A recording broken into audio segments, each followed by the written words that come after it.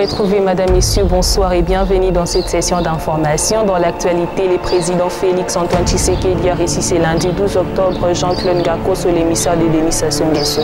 Ebola en RDC, plus de 12 jours sans nouveau cas testés positifs dans la province de l'Équateur. Interdiction de la marche des opposants organisée ce mercredi 14 octobre par les autorités compétentes de la ville-province de Kinshasa. Comme nous vous l'avons annoncé au sommaire de ce journal, le président Félix Antoine Tshisekedi a reçu ce lundi 12 octobre l'émissaire Jean-Claude Ngakoso du président Denis Sassou Nguesso. Suivez ce reportage de Bérénice Balinga. Jean-Claude Ngakoso, ministre des Affaires étrangères, de la coopération et des Congolais de l'étranger, a été reçu par le chef de l'État Félix Antoine Tshisekedi ce lundi 12 octobre 2020. Les cabinets du chef de l'État renseignent que l'échange a tourné essentiellement sur la tenue le 27 octobre prochain à Brazzaville du colloque sur les 70 ans de la création de la France libre. Il s'y est de rappeler que Marie Toumbanzeza et Christopher Muzungu, respectivement ministres d'État en charge des affaires étrangères de la RDC et ambassadeurs en République démocratique du Congo, ont également pris part à cette rencontre. L'investisseur Junior Kalala est de retour dans son pays. Il est venu investir dans les domaines de l'agriculture en RDC. Suivez le reportage de Patrick Moutemouna. Dans le cadre de lutter contre la pauvreté, le chômage, l'insécurité en République démocratique du Congo, et suite à l'annonce du président de la République Félix Antoine Tshisekedi vis-à-vis des investisseurs congolais ainsi qu'étrangers d'implanter les entreprises en République démocratique du Congo, question de diminuer le taux du chômage, de l'insécurité et de la pauvreté. L'un des fils du pays, au nom de Junior Kalala, est arrivé à Kinshasa le 30 septembre dernier en provenance du Brésil, avec comme objectif de promouvoir l'emploi en République démocratique du Congo dans les domaines de l'environnement pour lutter contre le chômage, la pauvreté et l'insécurité. Après plusieurs années d'études à Sao Paulo, la capitale économique brésilienne, Junior Kalala a pris l'option de retourner à la terre de ses aïeux, tel qu'il explique au micro de Iyoko TV. Vraiment, je suis content, je rentre chez moi, je vais voir la famille et mes amis. Après ça, je suis venu avec d'autres projets, des investissements, et présentement je suis là. Junior Kalala s'est dit être prêt pour les prochains scrutins électoraux où il se lance à la conquête de la fonction de député national. Écoutez-les au micro de Iyoko TV. Futur candidat à la députation nationale et je vais présenter aussi la fondation. La fondation existe déjà au niveau du Brésil. Maintenant, on va régulariser aussi le statut de fondation au niveau de Kinshasa au Congo pour essayer d'aider les orphelins, les enfants d'HIV et d'autres choses. En attendant l'implantation de son entreprise dans les secteurs agricoles de la RDC, ce dernier continue sa tournée dans toute l'étendue du pays en organisant des conférences de presse. Dans l'entretemps, Iyoko Télévision lui souhaite un bon retour dans la terre de ses ancêtres. Interdiction de la marche pacifique des opposants congolais ce mercredi 14 octobre par les autorités compétentes de la ville-province de Kinshasa. Plus de détails dans ces reportages de Jonathan Manouka.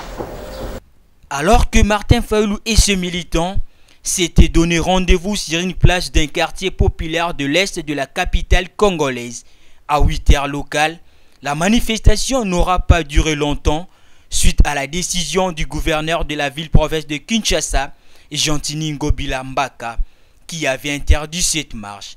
La police s'était déjà mobilisée tôt les matins.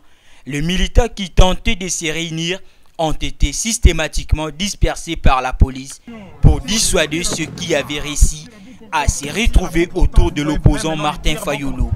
Et face à la résistance de l'ancien candidat à la présidentielle, les forces de l'ordre ont crevé le pneu de sa progression vers le lieu de rassemblement. En colère, Martin Fayulu s'est rendu au commissariat pour exiger la réparation de sa voiture. Sa requête a trouvé satisfaction. De nouveaux pneus ont été achetés par la police et sa voiture lui a été rendue. Il s'est de rappeler que cette altercation a signé la fin de la manifestation, mais l'opposant à l'ORS est déjà promis de nouveaux rassemblements dans les jours à venir. Parlons santé à présent. Ebola en RDC, 12 jours sans nouveaux cas testés positifs dans la province de l'Équateur. Suivez ces reportages de Noëlla Abedi. L'équipe de riposte contre la maladie à virus Ebola dans la province de l'Équateur n'a signalé aucun nouveau cas ce mardi 13 octobre. C'est le 12e jour consécutif sans nouveau cas. Le dernier cas confirmé remonte au 28 septembre. Le seul cas actif qui était juste la prise en charge au centre d'isolement de Lusengu, dans la zone de santé de Makanza, a été pour sa part déclaré guéri depuis le 9 octobre dernier.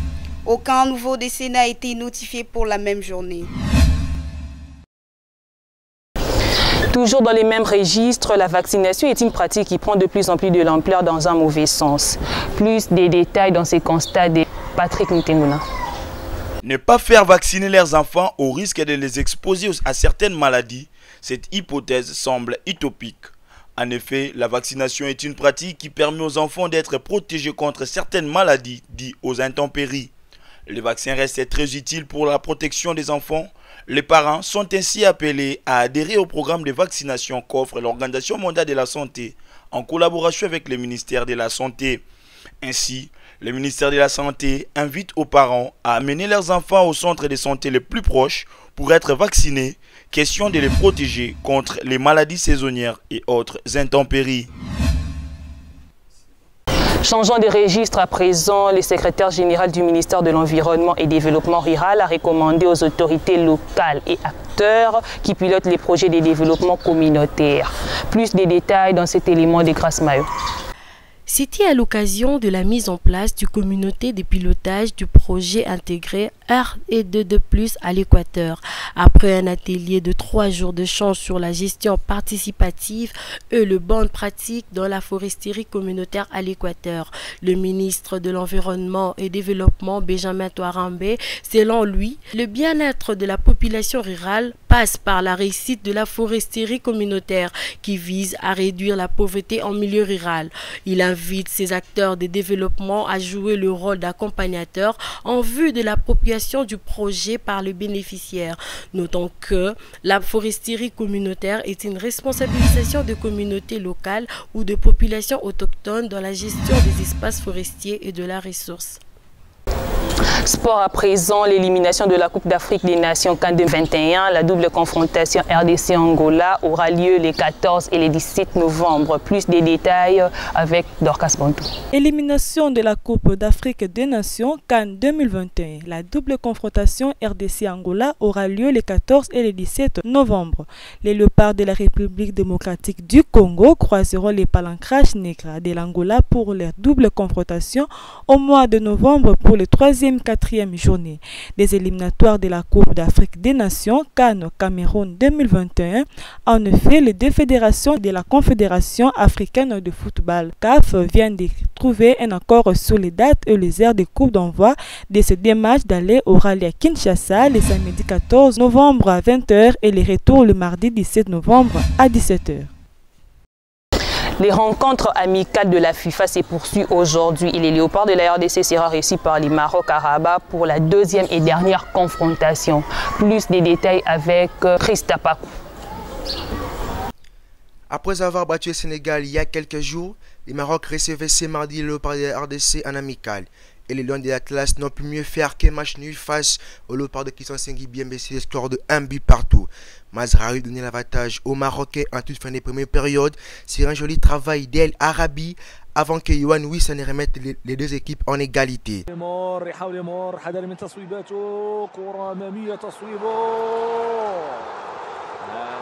Signalant que Christian Sengui Biembe n'a pas encore enregistré une victoire depuis qu'il est à la tête de la sélection nationale. Mais on espère que cela va arriver bientôt aux doubles confrontations prévues face à l'Angola au mois de novembre prochain. C'est par ici que nous mettons fin à cette session d'information. Avant de nous quitter, en voici les rappels des titres. Et le président Félix Antoine Tshisekedi a reçu ce lundi 12 octobre Jean-Claude Ngakoso, l'émissaire de Denis Sassou Nguesso. Ebola en RDC, plus de 12 jours sans nouveau cas testés positifs dans la province de l'Équateur. Interdiction de la marche des opposants organisée ce mercredi 14 octobre par les autorités compétentes de la ville-province de Kinshasa. Fin de cette session d'information. Merci de l'avoir suivi. Au revoir.